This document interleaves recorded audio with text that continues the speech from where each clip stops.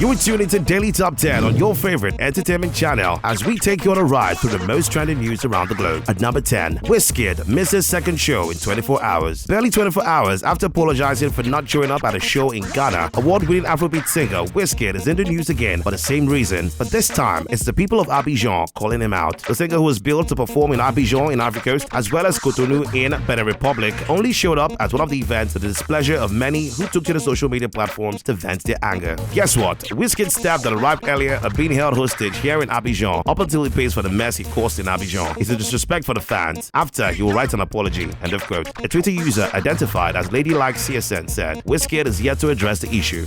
At number 9, Spanish referee Mateo Lahoz sent home from the FIFA World Cup. 45-year-old Spanish football referee Antonio Mateo Lahoz, who is known for his unpopular style of refereeing at several La Liga matches since 2008, FIFA World Cup qualifiers in 2014 and 2018, as well as the FIFA World Cup tournament in 2018, and was until recently a referee at the ongoing FIFA World Cup, where he refereed the controversial quarterfinal match between Argentina and Netherlands, where he dished out 15 yellow cards, might have reached the height in Qatar. Following his performance, which was not at all received by either team, Lahoz will not be officiating at the remaining World Cup games, as he has now been sent packing and back home from Qatar. This is coming in after Argentina's captain Lionel Messi's plea to FIFA, where he said, and I quote, "I think FIFA must take care of this. It cannot put a referee like that for a match of such importance. The referee cannot fail to be up to the task." End of quote.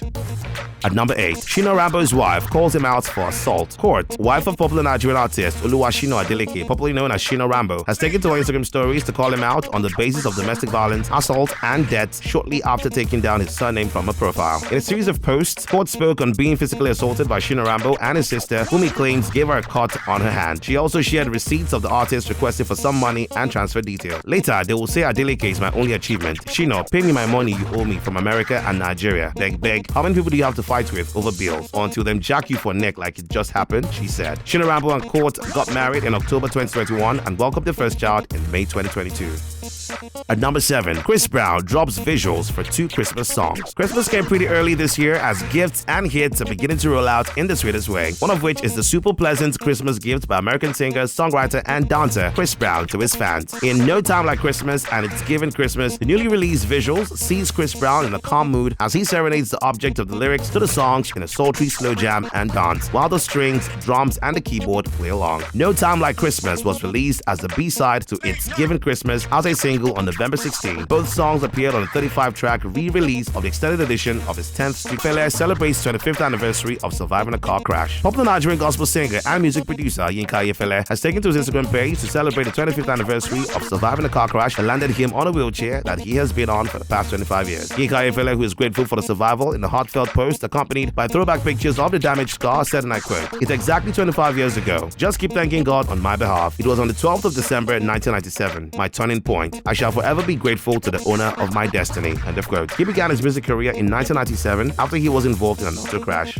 At number 5, reality stars Cody and Janelle Brown announced separation. After almost 30 years in marriage, Sister Wives reality stars Cody and Janelle Brown have announced that they are separated. Cody, who is divorced from Kristen, legally married to his 4th wife Robin Brown, remains spiritually married to his 1st wife Mary Brown, declared that there was civil war in the family, accusing Janelle of betrayal. Danielle, on the other hand, called out Cody for making her choose between their children and him. The revelation was made in season 17 of the upcoming one-on-one special hosted by Sukanya Krishnan.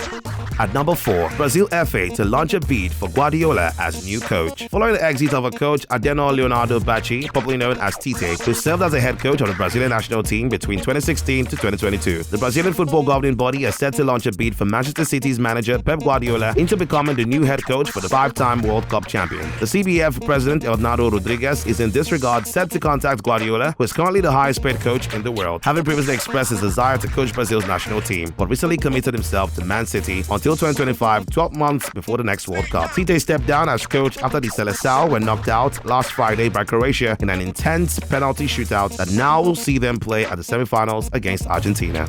At number 3, political parties kick against new CBN withdrawal policies. In response to the memo signed by the CBN Director of Banking Supervision Haruna Mustafa about a week ago, one of which is CBN's new withdrawal policies that restricts over-the-counter cash withdrawal by individuals and companies, the ineligibility of third-party checks above 50,000 naira, amongst amongst others, politicians and different parties have come out to air their view on the new development. Following the emergence of the new cash policies, political parties have taken to different broadcast media to express their displeasure over the policies that will, according to them, cripple campaign funding, while also emphasizing on the fact that these policies would more than it will affect the rich, affect the poor populace. The policy is despite the level of criticism expected to take form from January 9, 2023. At number 2, South Korea alleged that crypto fugitive Do Kwon is in Serbia. South Korean authorities have in a recent development alleged that the cryptocurrency boss Kwon Do-hyung that is responsible for the collapse of the stablecoin Terra USD and cryptocurrency Luna in May 2022, thereby wiping out almost $45 billion market capitalization in 1 week and causing hundreds of billions in losing in the crypto market, is currently hiding in Serbia. Do Kwon, who is currently in hiding, was in May charged with fraud and breach of capital markets law after the tokens imploded, and as a follow-up in September, Interpol issued a red notice for an international warrant for his arrest. The Seoul Southern District Prosecutor's Office, in this regard, have disclosed that it will work with Serbia to detain him, even though South Korea and Serbia do not have an extradition treaty, but in the past, both have agreed to request under the European Convention on Extradition. At number 1, Funke Akindele's Battle on Buka Street premieres in Lagos. With every Lagos party comes good vibes and great energy, but it becomes even more loud when the stars show up in their numbers and show off in colors and style to support your own, as it was seen at the premiere of ace Nollywood filmmaker Funke Akindele's movie Battle on Buka Street. In attendance of the premiere turned carnival were Shola Shobowale, Osofia, Mercy Johnson Okoje, Funsha Deolu, Rotimi Salami, Mr. P, Ricardo Banks, Toyin Lawani, reality TV stars Uti Nwachukwu, Tacha, and a host of others. Battle on Buka Street is a story of two women who have bad relationship, and it gets worse when they both set up food businesses on the same street. Welcome to Buka Street, the food headquarters of Ottawa community. I hope so that they enjoy it. My mama cook am now me I'm like this way. Faster, do not the pain, no. Life is about competition. When one person take one step, you take another step ahead of that person.